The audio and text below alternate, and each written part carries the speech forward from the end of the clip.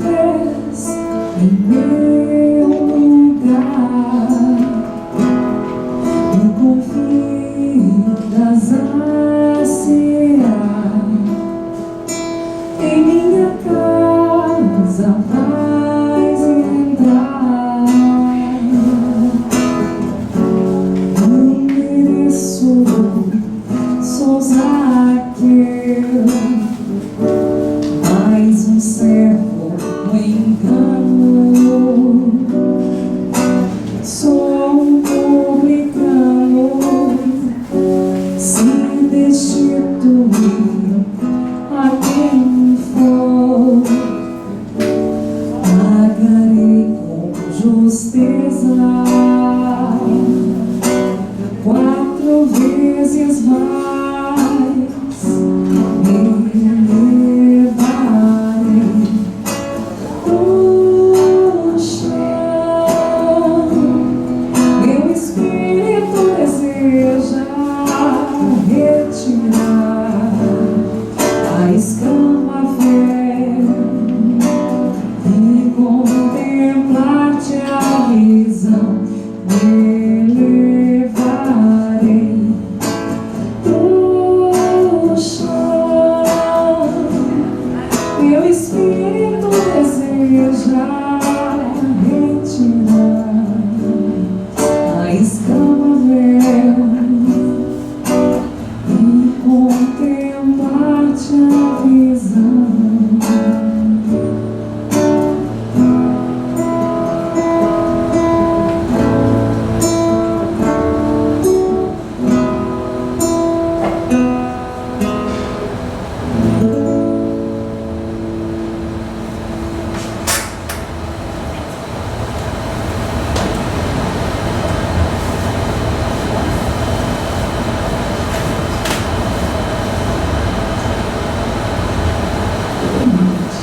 Gente, as musiquinhas que, se souberem as letras, vão cantar junto, né? Por favor. Vai ser ótimo.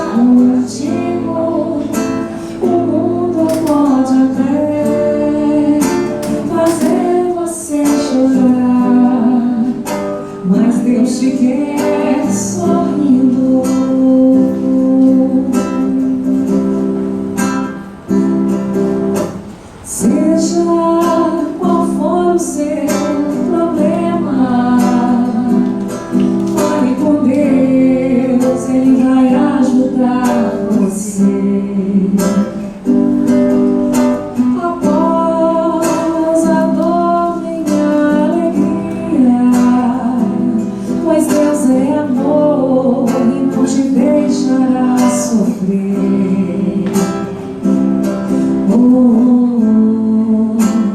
Deus te trouxe aqui para aliviar os teus sofrimentos.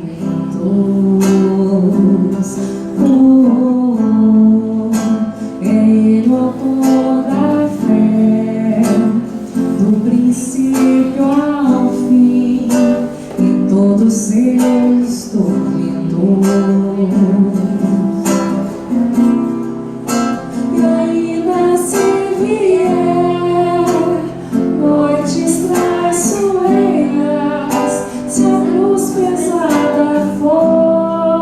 Cristo estará contigo.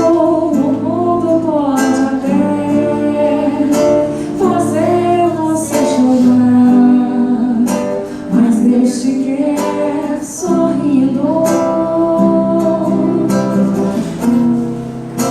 E ainda se vier noites traiçoeiras, se a cruz pesada for, Cristo estará contigo. O mundo pode até fazer você chorar, mas Deus te quer sorrindo.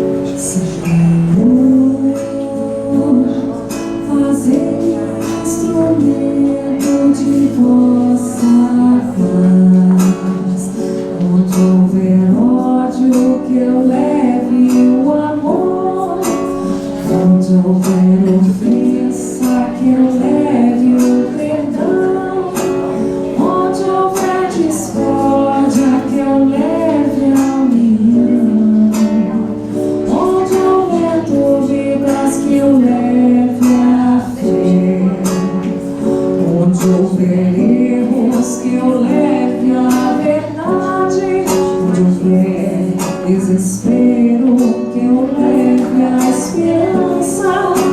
Onde houver tristeza, que eu leve a alegria. Onde houver trevas, que eu leve a luz. Oh, Mestre, fazei que eu procure mais consolar, ser consolado.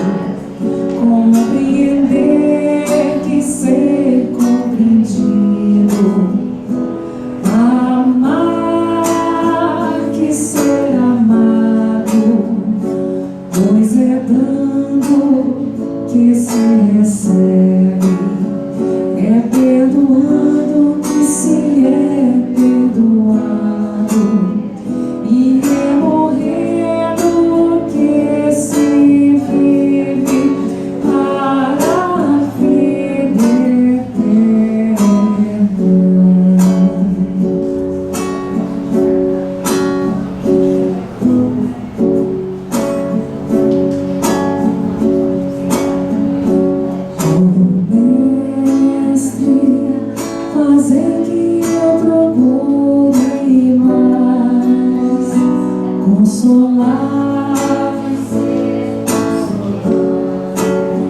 compreender,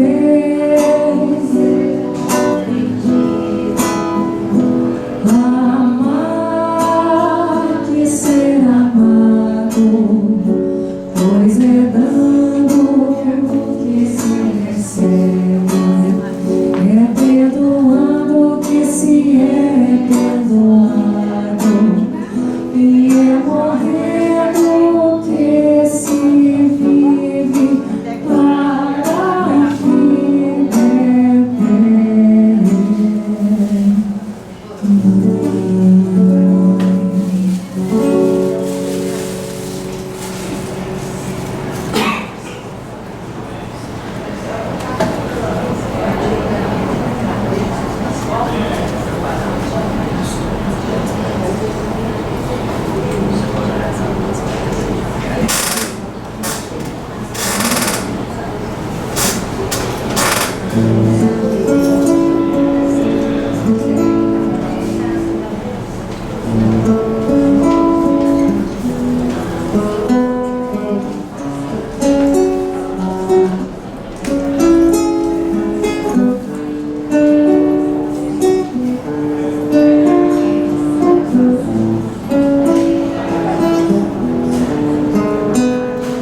Jesus, no silêncio da prece, meus irmãos a ti pedem paz, pra aliviar um pouco as aflições.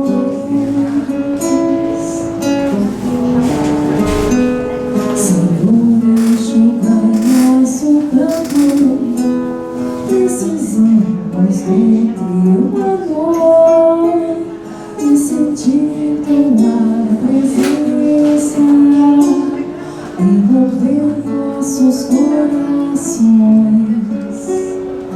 Por isso, Jesus,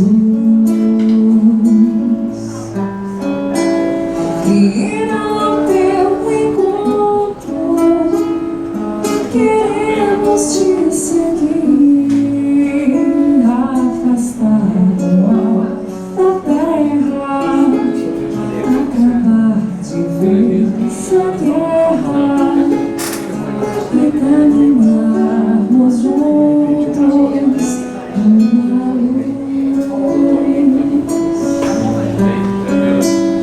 Ir ao teu encontro, queremos te seguir, afastar do mal da terra, acabar de vez a guerra e caminharmos juntos com a luz.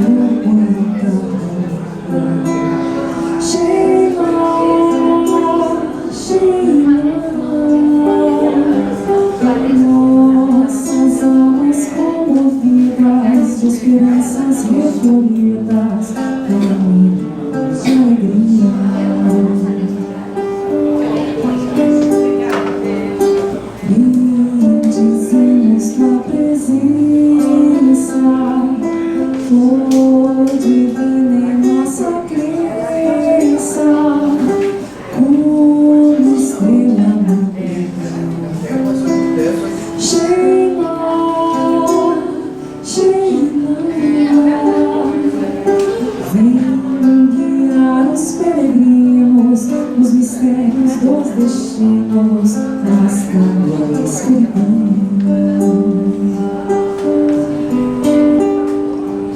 Sheila, irmã querida, ó filho da fraternidade, entre as flores do Senhor, essa delicada rosa, perfumando o Espírito. Sheila, Sheila, quando ouvimos tua voz e sentimos teu perfume, ó Senhor, quanta harmonia. Sheila, Sheila, nossas almas comovidas de esperanças refloridas, cantamos de alegria. Sheila, Sheila.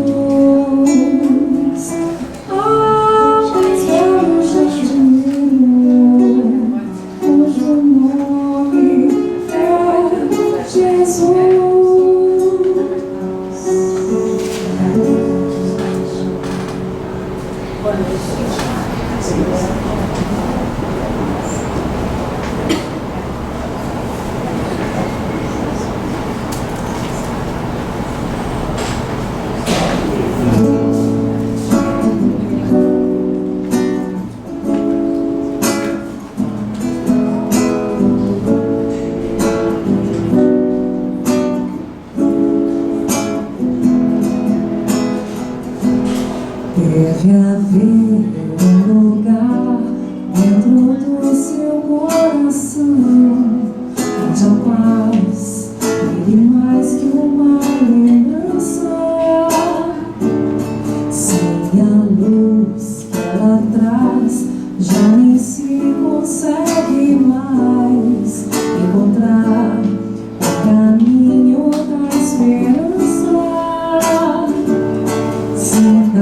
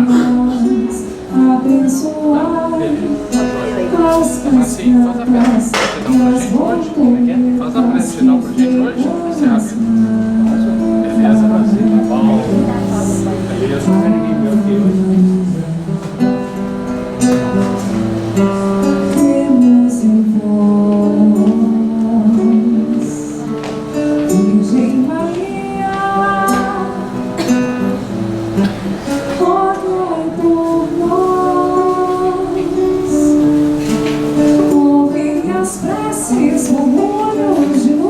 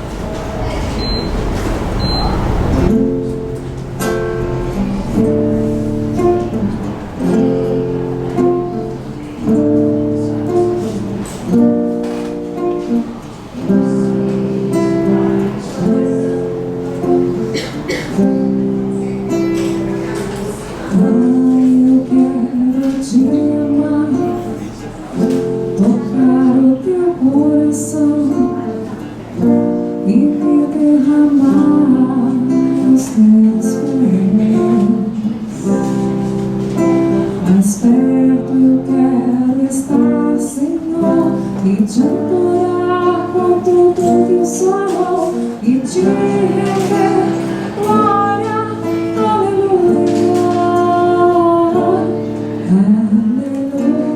aleluia, aleluia,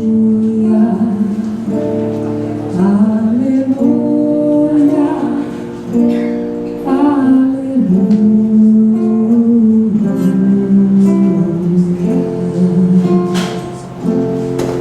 quando lutas vierem me derrubar, firmado em ti eu estarei, pois tu és meu refúgio, ó Deus.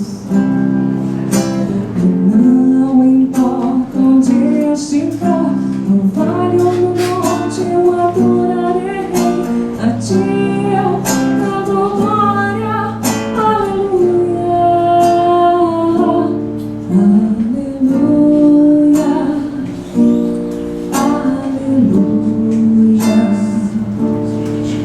aleluia, aleluia,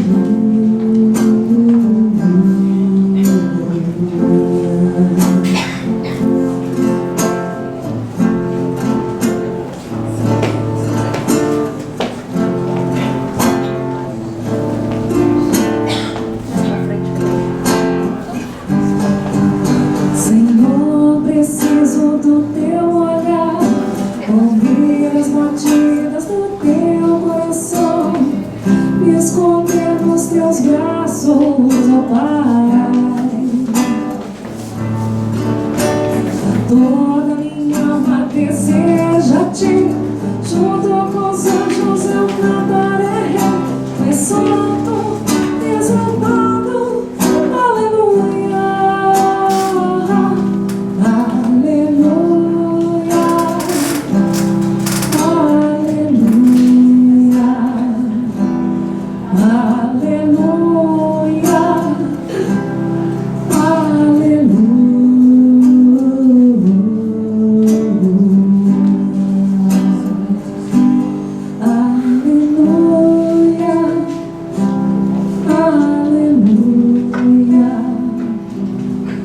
aleluia,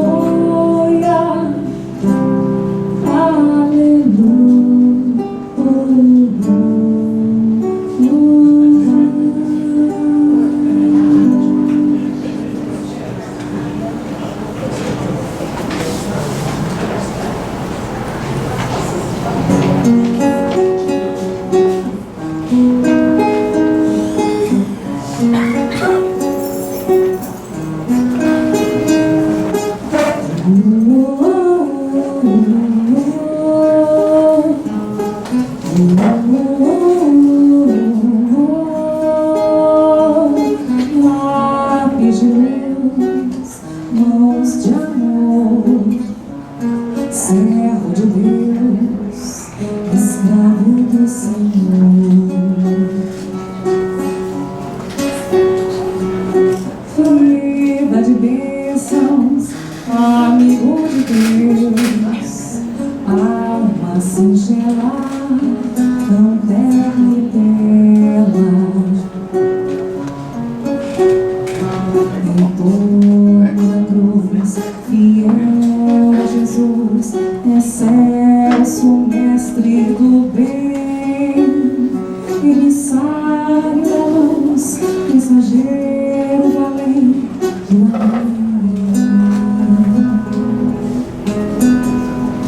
Chico Xavier,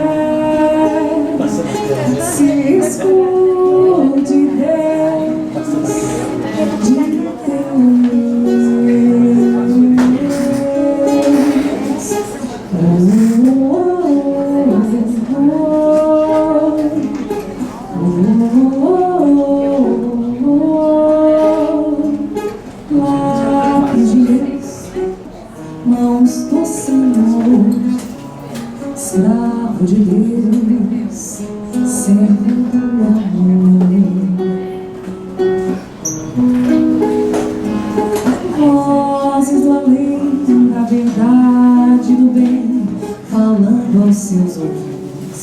morte não existe, onde o mal nunca sempre existe. Quem confia na felicidade não desiste. Em torno da cruz, lápis de luz, na fé e na paz, fiel a Jesus, a Jesus. Chico Xavier se esconde Deus. Chico Xavier se esconde Deus de Deus.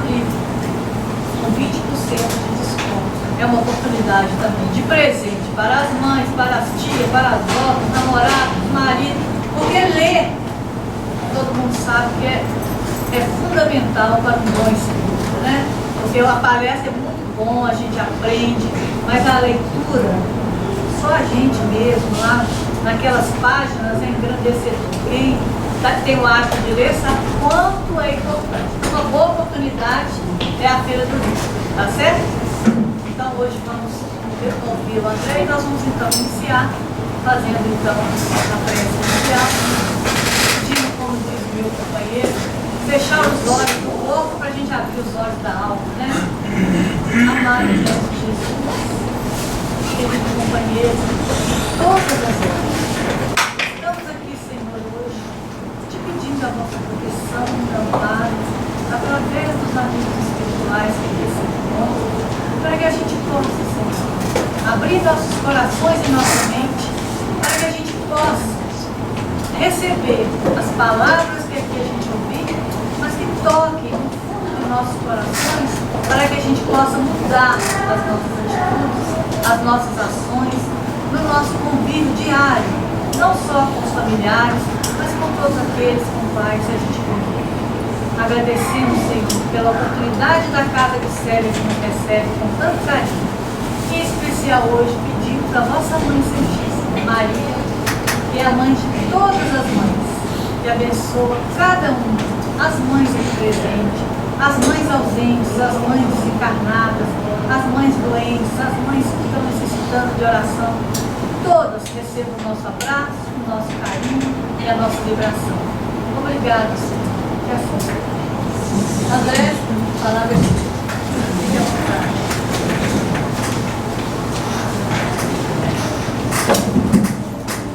Boa noite. Boa noite. Vocês estão me ouvindo bem? Não, eu ajusto o microfone. Ok? Então tá bom. Qualquer coisa podem falar.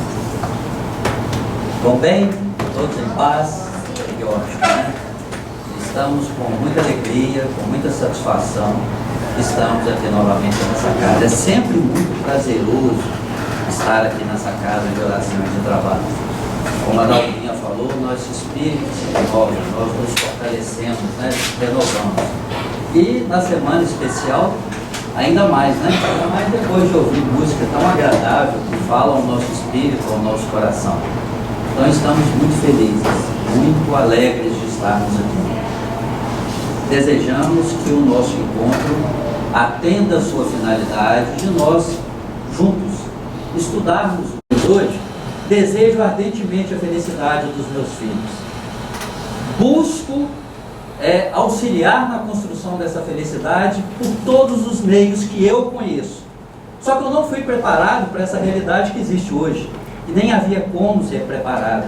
Então, nós hoje, pais, somos muito mais preparados intelectualmente, emocionalmente, financeiramente e espiritualmente do que nas gerações anteriores.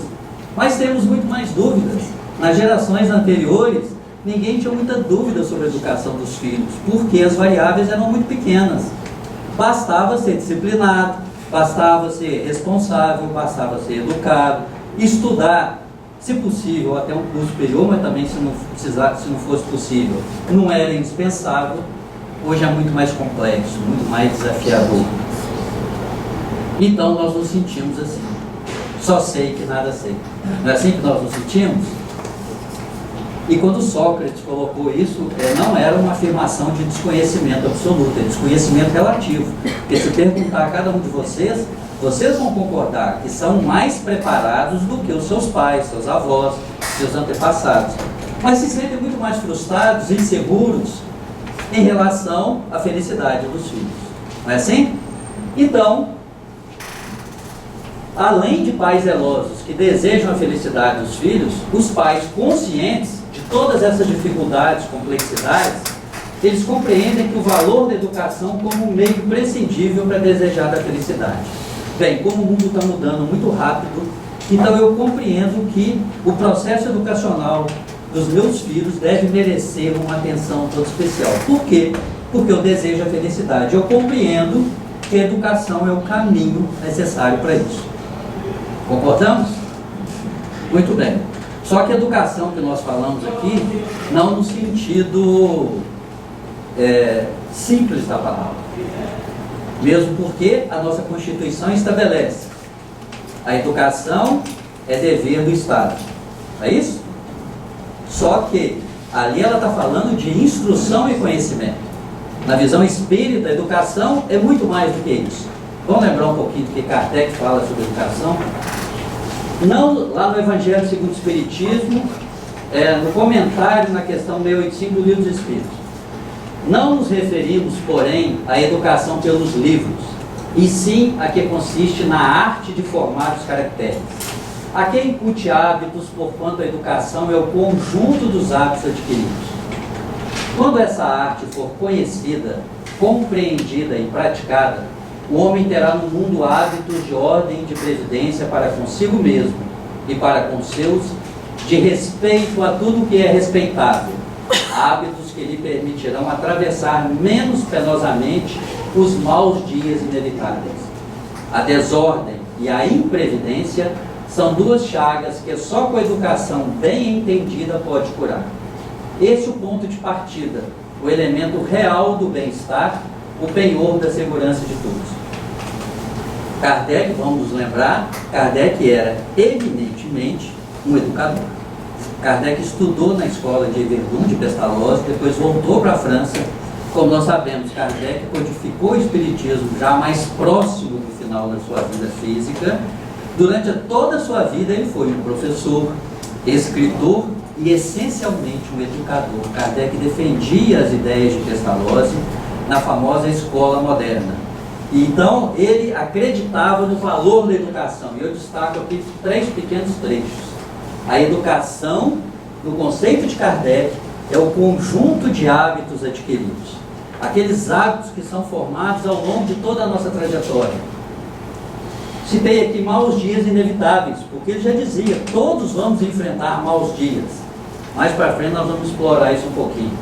A desordem e a imprevidência, ele classifica a desordem e a imprevidência como elementos perniciosos. E ele destaca isso de uma maneira muito clara. E esse ponto de partida é o elemento real do bem-estar. Então ele coloca a educação como elemento, sim, que pode nos dar o mínimo de segurança para a tão desejada felicidade dos nossos filhos. Mas educação nesse sentido. E qual que é? No conceito de Kardec, então, educar é cuidar da formação do caráter, conjunto de caracteres morais. Então, o que é o caráter de cada indivíduo? É aquele conjunto de caracteres, de atributos, de características que formam a nossa personalidade, fruto dos hábitos consolidados. Mais para frente nós vamos falar um pouquinho sobre isso. Os hábitos é que vão formando as características da nossa personalidade. Quais hábitos? Do cotidiano, do dia a dia. E ele destaca no final, esse é o elemento real do bem-estar, o penhor da segurança de todos. A segurança que todos os pais buscam de que seus filhos terão o mínimo de condições para serem bem-sucedidos e felizes num mundo tão desafiador quanto nós vivemos. Tá bom, gente? Tá claro? Então, concordamos com isso? Está todo mundo caladinho? Então, tá bom. Só que aí, nós começamos a explorar, tá aí, então o que é educação?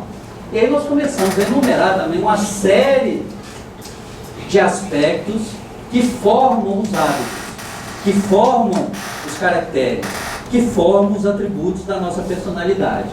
Os próprios pais, a família, os exemplos, a crença religiosa, o ambiente, a escola, influências culturais, referências sociais, e poderíamos, assim como a felicidade, nós enumeramos vários, aqui também nós poderíamos enumerar vários aspectos, vários objetivos, várias circunstâncias, vários pré-requisitos que nós entendemos que compõem esse conjunto que vai contribuir na educação dos nossos filhos, que é na formação de hábitos sólidos, de valores e princípios saudáveis para eles enfrentarem os desafios da vida.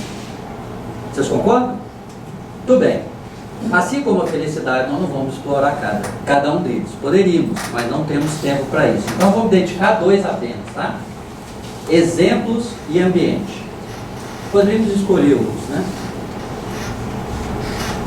A importância do exemplo, a identificação. O espírito Hamed, que eu particularmente tanto gosto, né? Escreveu um livro através do Francisco do Espírito Santo Neto, que chama Estamos Prontos. Aliás, foi até indicação do Marcinho, que eu gostei demais desse livro. Tem um capítulo lá que chama Identificação. E nesse livro ele traça o paralelo entre o desenvolvimento humano e dos primatas não humanos, baseado em todo o histórico e todo o conhecimento desenvolvido por um dos maiores primatólogos da atualidade, que é o Franz van der Waal, que é vivo ainda.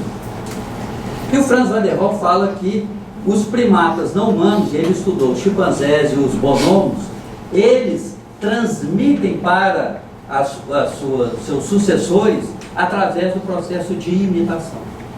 Então ele chama a atenção que nós humanos também, no nosso primeiro estágio da nossa vida no plano físico, nós aprendemos através do processo da imitação. Então ele cita vários exemplos, principalmente a coordenação motora, a fala.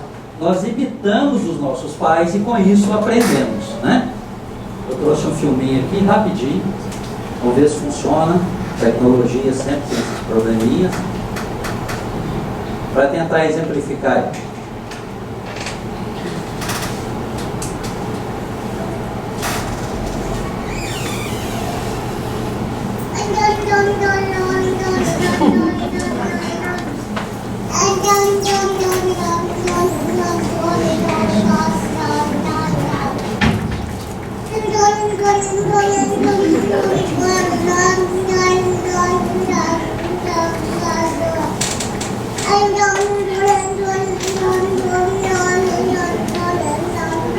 Muito bem, já chega, né?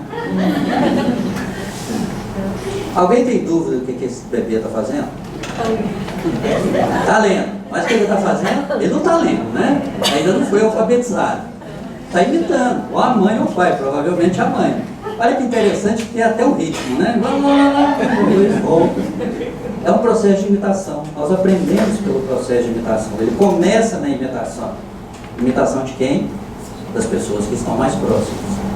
Então, o exemplo, que é um estágio mais avançado, que deixamos através do comportamento e das posições durante a vida, constitui o fator de maior influência sobre os nossos filhos.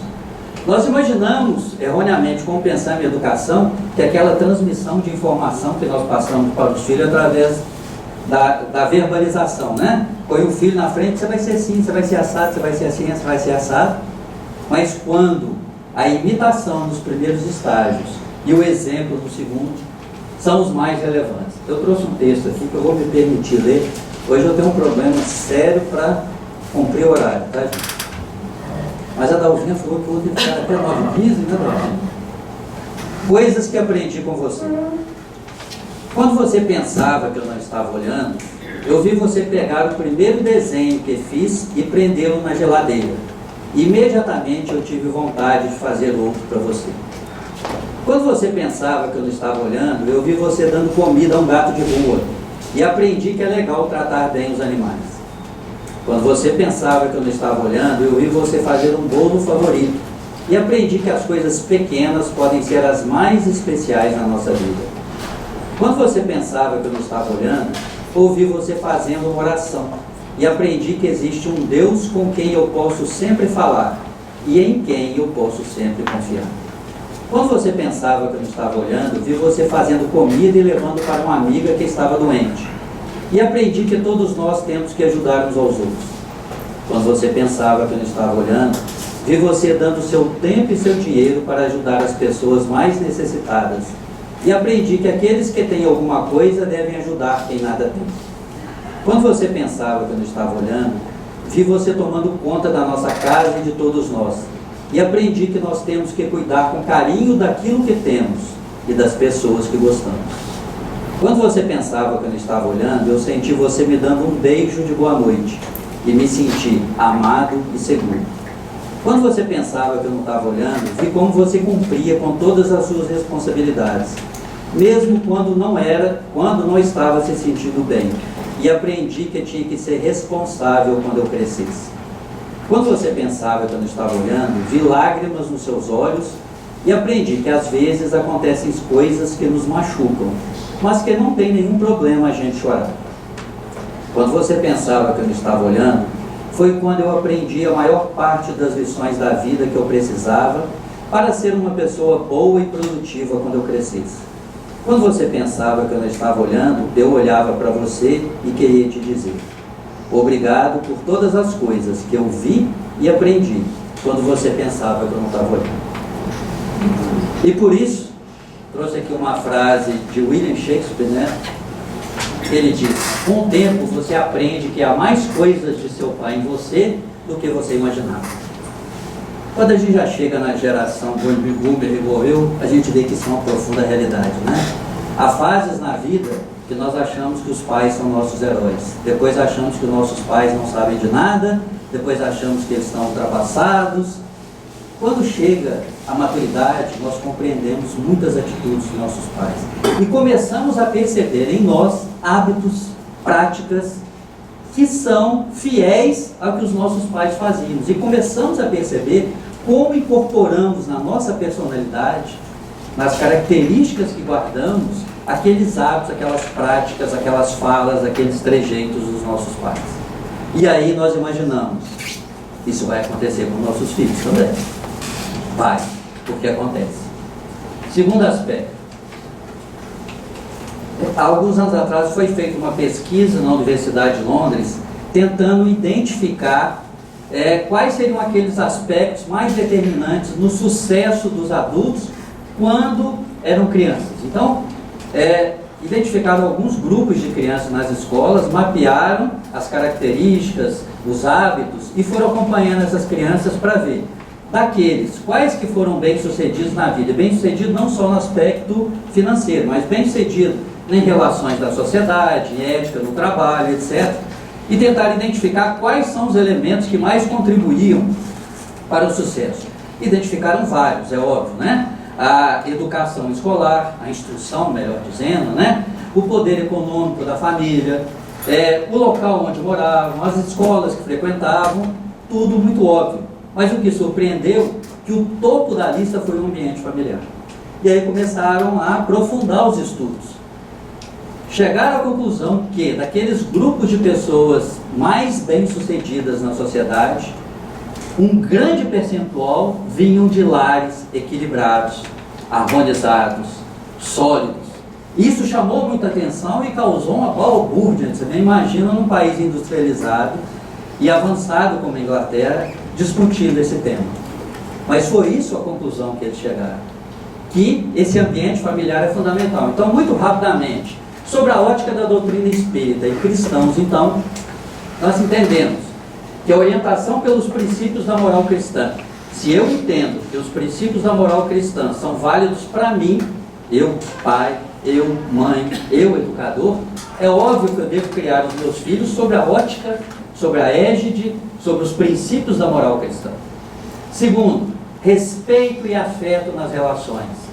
Por tudo aquilo que nós falamos, as crianças copiam o que estamos fazendo, então elas precisam de respeito e de afeto, assim como precisam presenciar respeito e afeto na família. E conexão permanente com a espiritualidade. Espiritualidade aí no sentido religioso, mas também mesmo no sentido da civilização moderna, que é aquilo que transcende a materialidade. Ética, moral, honestidade, todos aqueles princípios que não são necessariamente religiosos, mas são espirituais. Então, e eles chamam muita atenção no seguinte: nós precisamos observar as crianças, identificar como elas são, avaliar e promover as inclinações, aptidões, talentos e habilidades da criança, agindo com controle, crítica e disciplina. Então nós temos que observar as crianças, tentar entender os seus pendores, as suas inclinações, cada um tem um jeito de ser, ter atento, dar carinho e afeto, mas também controle, crítica e disciplina, que é o que se identifica que faltou em alguns momentos. Nós saímos de uma educação extremamente rígida para uma educação extremamente liberal. Então hoje as recomendações são de tentar voltar ao equilíbrio, tentar voltar ao meio termo. Faz sentido, gente? Faz todo sentido. Faz? A gente observa isso no nosso dia a dia. Vamos prosseguir. Alertas, bem de vermelho, tá? Nós trouxemos dois exemplos, né? A questão do exemplo e do ambiente familiar. Você ouviu falar na teoria da janela quebrada? Alguém já ouviu falar? Estou vendo aqui umas 4 ou 5 pessoas. Foi uma experiência que foi feita na Universidade de Stanford, um grupo de pesquisadores sobre comportamento humano. Está escrito aqui, eu vou resumir para vocês, por causa do tempo. O que acontece? Fizeram um experimento. Pegaram uma viatura, um carro novo, impecável, 0 km, e colocaram numa via pública do Bronx, Nova York, que é uma região carente, de alta criminalidade, abandonada, e colocaram um em Palo Alto, na Califórnia, que é um ambiente rico, sofisticado, e deixaram uma semana, sem nenhum aviso, sem nenhuma câmera filmando, sem nada. Voltaram uma semana depois. No Bronx, estava exatamente como eles imaginavam, todo depedrado, não tinha mais nada. Tiraram os pneus, tiraram tudo do carro, tinha uma carcaça. Lá de Palo Alto estava intocável, também como era se imaginava. Um ambiente pobre, carente, ele seria depredado. Num ambiente rico, seria preservado. Só que aí resolveram prosseguir no experimento, porque eles tinham as teorias, né? Aí quebraram uma janela dessa viatura, desse veículo de Palo Alto. 2 dias depois, o veículo estava todo depredado, todo destruído. E depois continuaram pesquisando e chegaram à conclusão, isso foi uma revolução, demonstraram que onde há descuido, onde há negligência, o ambiente provoca nas pessoas uma reação de descuido, de negligência, de descuidado. de desrespeito à propriedade, mesmo no ambiente de pessoas tidas como bem educadas e responsáveis. Então, quando nós falamos há poucos minutos atrás da importância do ambiente familiar como um dos elementos melhores estruturadores da boa educação das crianças. E aqui nós temos o exemplo oposto.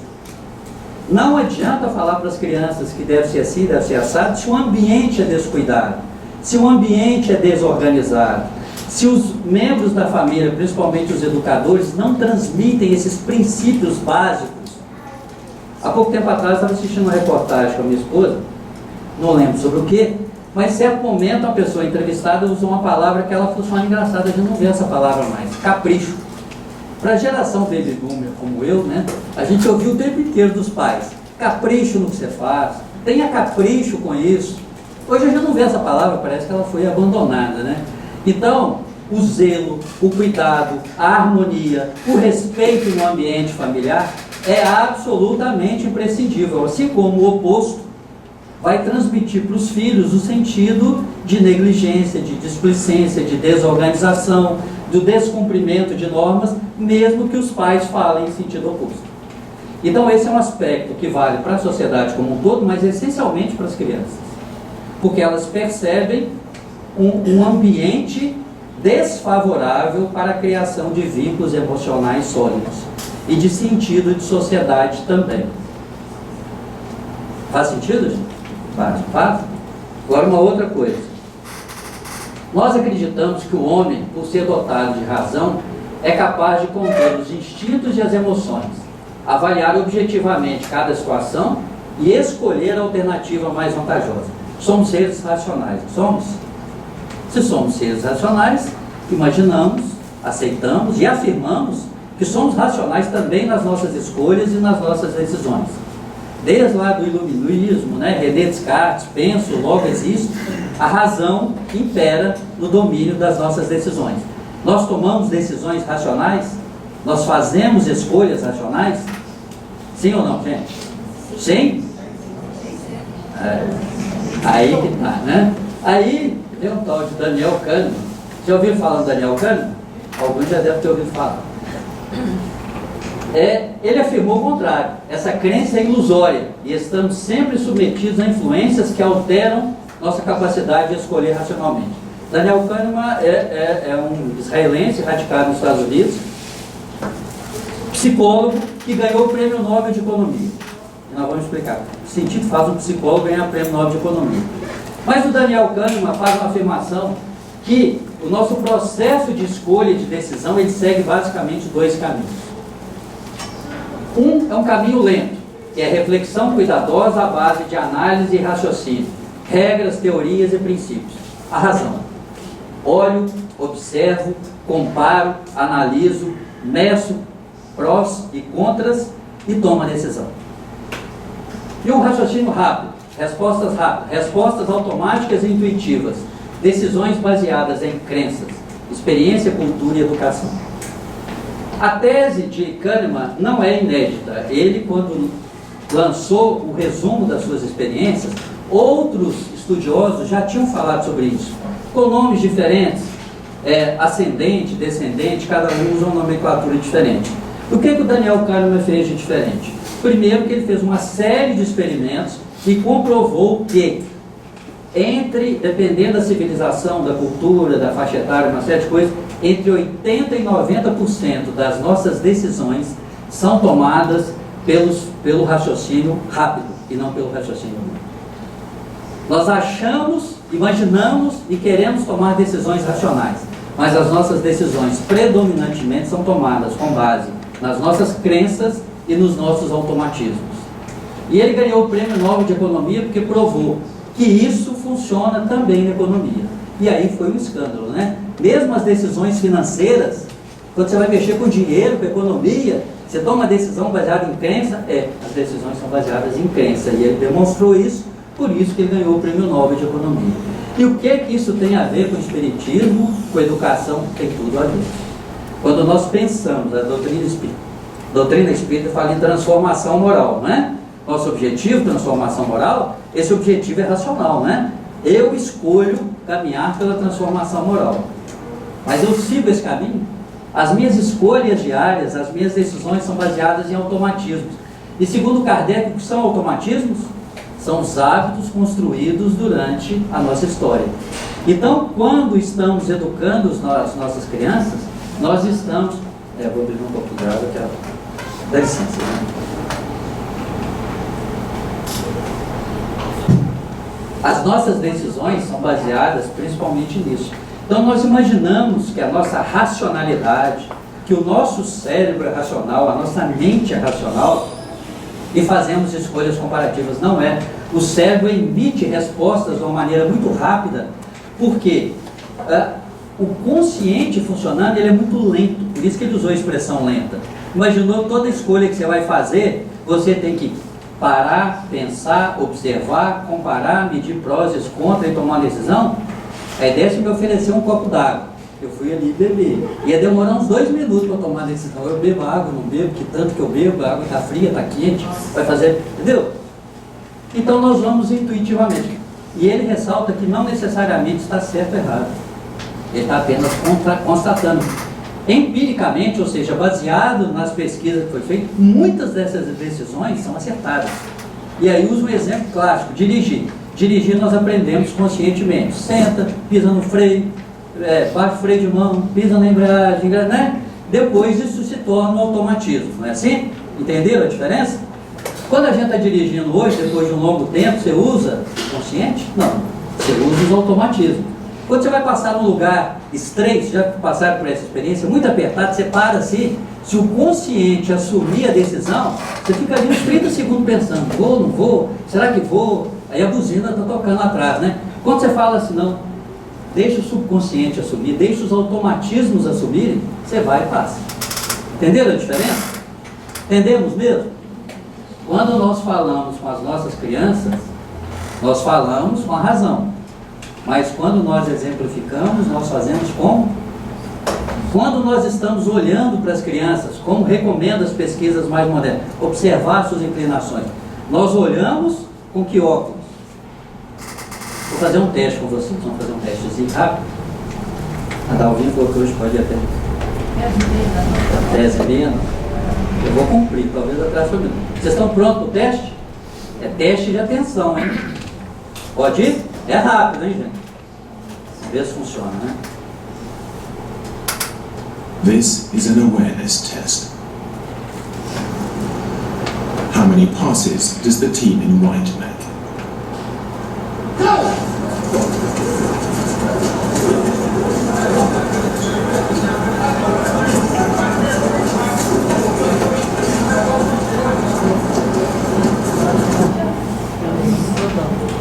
Eu falei que isso é rápido, não perde atenção. Vocês contaram? 12. Não? Contei. Eu contei 12. Vou dar a resposta, hein? Alguém Eu contei falou 12? 12. 12, 11. Aí foi 10 também. Então vamos ver a resposta. E 13. Quase que acertaram, hein? Foi fácil ou foi difícil esse teste de atenção? Difícil? Vocês acham que foi difícil? E se eu falar que ia ter uma segunda pergunta? Tem uma segunda pergunta. Enganei vocês? Não, the né? answer is 13. But did you see? Quem viu o urso passando? Uma pessoa, 2, 3, 4. Bom, o auditório tem 150 cadeiras, com mais algumas aqui, deve ter uns 170 pessoas aqui hoje. Vamos supor 10. Vocês não viram o urso? Ou vocês acham que eu estou mentindo? Não, o urso não dá passo. Ele só atravessou na frente. Be the moonwalking bear.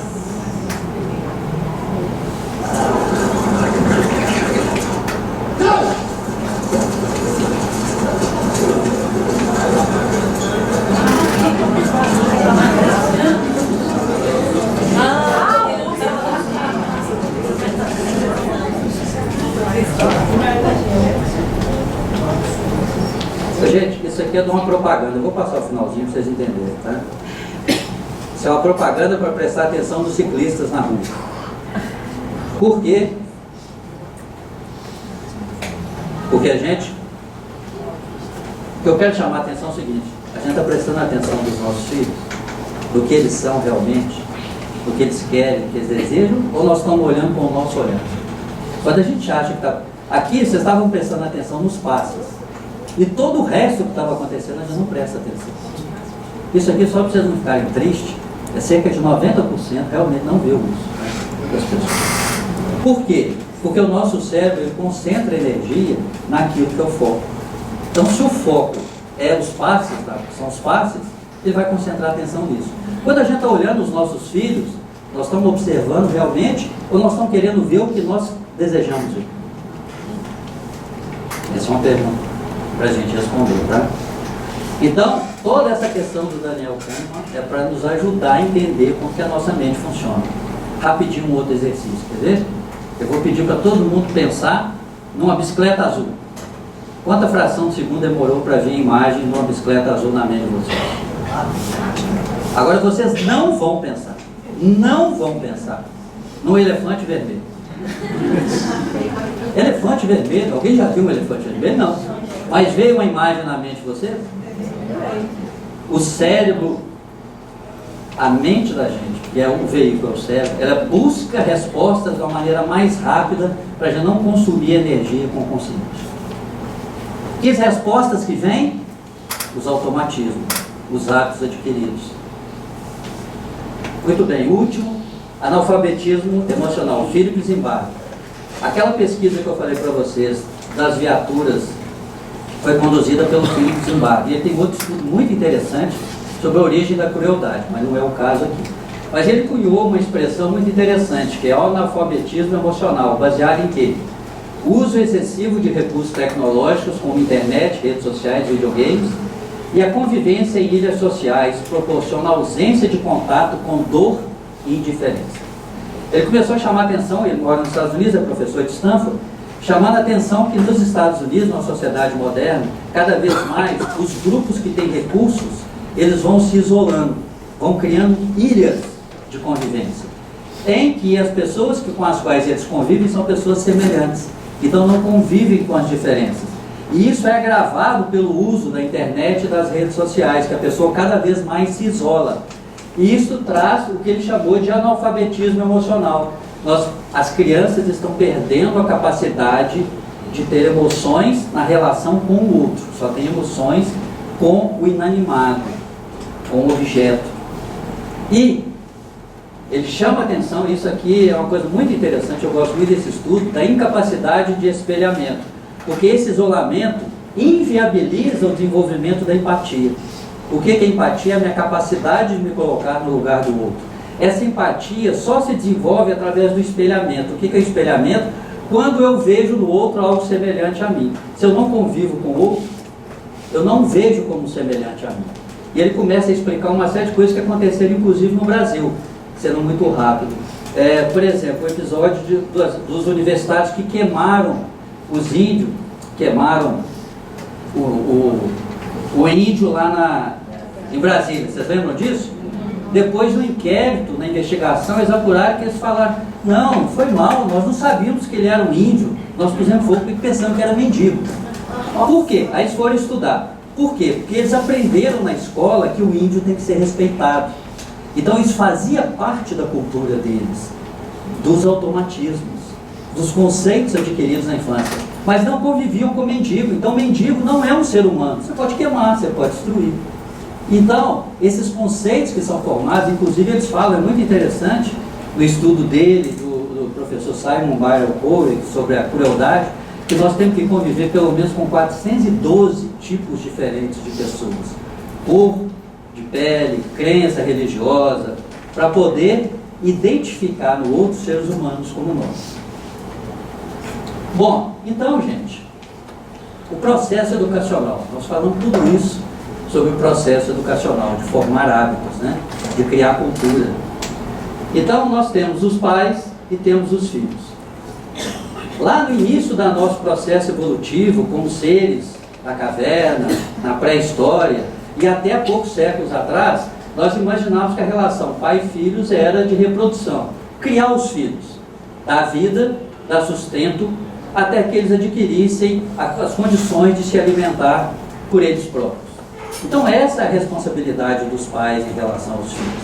Demoramos milhares de anos para chegar no processo educacional. Que o processo educacional é responsabilidade dos pais no conjunto de hábitos adquiridos, numa série de convivências que temos com os filhos e com as pessoas ao nosso redor. Só que agora nós aprendemos que esse processo é de mão dupla. Não existe processo de educar os filhos sem educar a si próprio. Por tudo que nós falamos. Ambiente familiar, exemplos, imitação e assim sucessivamente. Como é possível nós imaginarmos em educar filhos de uma maneira saudável, construtiva, moral e ética, para que eles tenham as condições mínimas que nós entendemos adequadas, para serem minimamente felizes e seguros nesse mundo instável que vivemos, sem nós mesmos aprendermos juntos? Não há como. Então, na visão mais holística, o processo de educação é um processo de mão dupla. Educar-se para educar. Não há como desenvolvermos uma educação realmente verdadeira, profunda, consistente e eficaz sem que nós nos eduquemos em paralelo. Então vejam a sabedoria de Deus. Quando nós finalmente chegamos ao estágio atual, imaginamos que agora, com todo o conhecimento que eu tenho, com toda a informação, tecnologia e recursos, eu sou capaz de desenvolver uma boa educação para os filhos, eu descubro que não. Eu preciso primeiro me educar, porque o processo é um processo de mão dupla. Então, pais e educadores conscientes buscam preparar-se para a sua missão, educando-se para saber educar. Não existe outro caminho. Se eu quero uma educação verdadeira, profunda, eu preciso me conscientizar que eu preciso me educar. Para que o processo junto aos filhos, porque nós aprendemos muito com os filhos, ou não aprendemos? Então estamos nos educando também. E aqui alcançamos, chegando ao final, eu vou atrasar só uns 5 minutinhos. Lembrando mais uma coisa, os pais têm que receber os filhos oferecem. Ah, sim, com certeza, aqui nós falamos. A gente acha que a gente é superior a eles, mas eles não são. Sim, nós temos esse hábito de imaginar às vezes que os pais são superiores aos filhos, depois começamos a imaginar que os filhos são mais preparados que os pais. Aqui nós fazemos uma seta de mão dupla. Nós todos estamos no mesmo processo. Mas chegamos numa dimensão nova, dimensão espiritual, a dimensão que a doutrina espírita nos diz aí, por isso eu trouxe uma frase de Mário Quintana. O amor é lindo quando encontramos alguém que nos transforme no melhor que podemos ser. Então o que nós queremos, nossos filhos? Primeiro queremos criar os filhos, depois queremos educá-los, depois queremos que eles sejam felizes. E ficamos perdidos sem saber o que é educação e o que é proporcionar a felicidade. O que nós queremos mesmo, principalmente nós espíritas que sabemos que o nosso principal objetivo na Terra é nos tornarmos pessoas melhores, o que nós queremos mesmo é que os nossos filhos se tornem pessoas melhores. Pensou? Que felicidade dos pais verem um filho adulto, uma pessoa nobre, uma pessoa responsável, que ainda comete erros, que ainda comete equívocos, mas é uma pessoa preparada para conviver nessa sociedade. Então, verdadeiramente, nós aprendemos isso. Então, gente, como eu disse muito rapidamente, nós trouxemos algumas reflexões um pouco diferentes do habitual para provocar mesmo. Eu queria encerrar passando um filme. Trazendo um vídeo para uma reflexão, porque nós estudamos tanto, lemos tanto, pensamos tanto, discutimos tanto, no intuito de tentarmos sair daquela zona de só sei que nada sei, para compreender um pouco melhor como os nossos filhos são. E às vezes pensamos que quanto mais aprendemos, mais temos a aprender e nos sentimos perdidos, não é verdade? Mas tudo isso tem valor, tudo faz sentido, tudo é eficaz. E devemos desenvolver todos os esforços que estiverem ao nosso alcance. Como diz Emmanuel, né? Emmanuel diz, a principal tarefa dos pais é fazer tudo o que for possível. Dali para frente é com cada um. Porque os filhos também são individualidades e têm a sua jornada pela frente. Então, os medos que nós temos, os sonhos os desejos, todos têm o seu sentido. E agora eu queria pedir licença para passar um filminho para você. O filme tem 2 minutos e meio, tá? O Marcinho, você pode pagar mais uma luz, por favor? Esse filme, eu acho que ele está com um pouquinho de qualidade. Tem legenda, tá? Não tem, tem só música.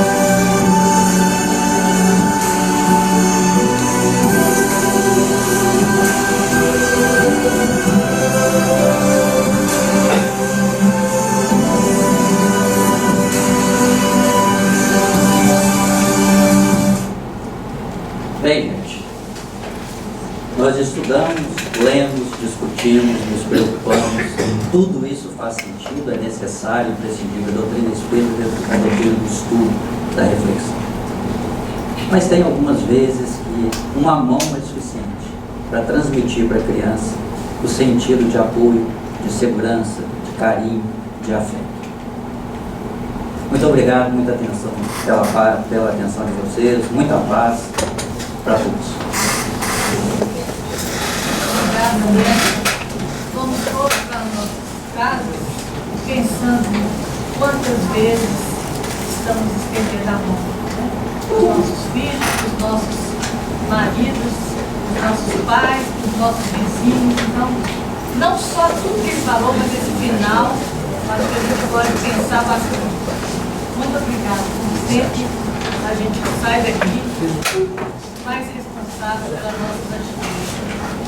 Para terminar, estamos lembrando quem não foi ainda na feira, né? A feira de livros está lá hoje com 20% de desconto.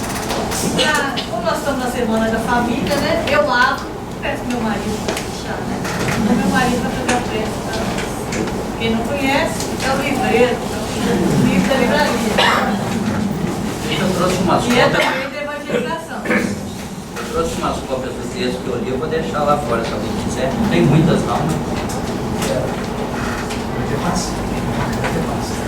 Aqueles que desejaram tomar parte, permaneçam sentados. A alegria de estar aqui na quinta-feira, nós não somos da quinta, mas na semana especial a gente aparece, né? Então nós vamos agradecer a Deus por essa oportunidade de estar aqui na casa Célia, agradecer ao André pelas reflexões,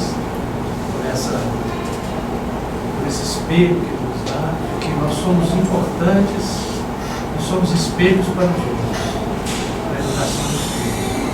Então, que é urgente que nós nos eduquemos também.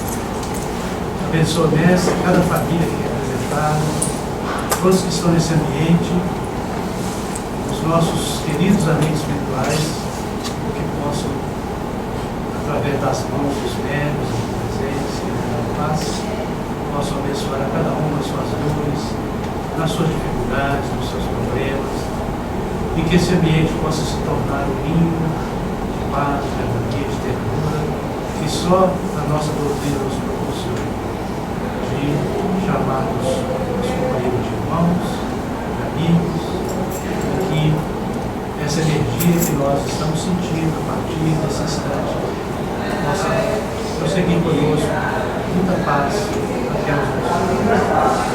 Muito obrigado, Senhor. Essa casa esteja sempre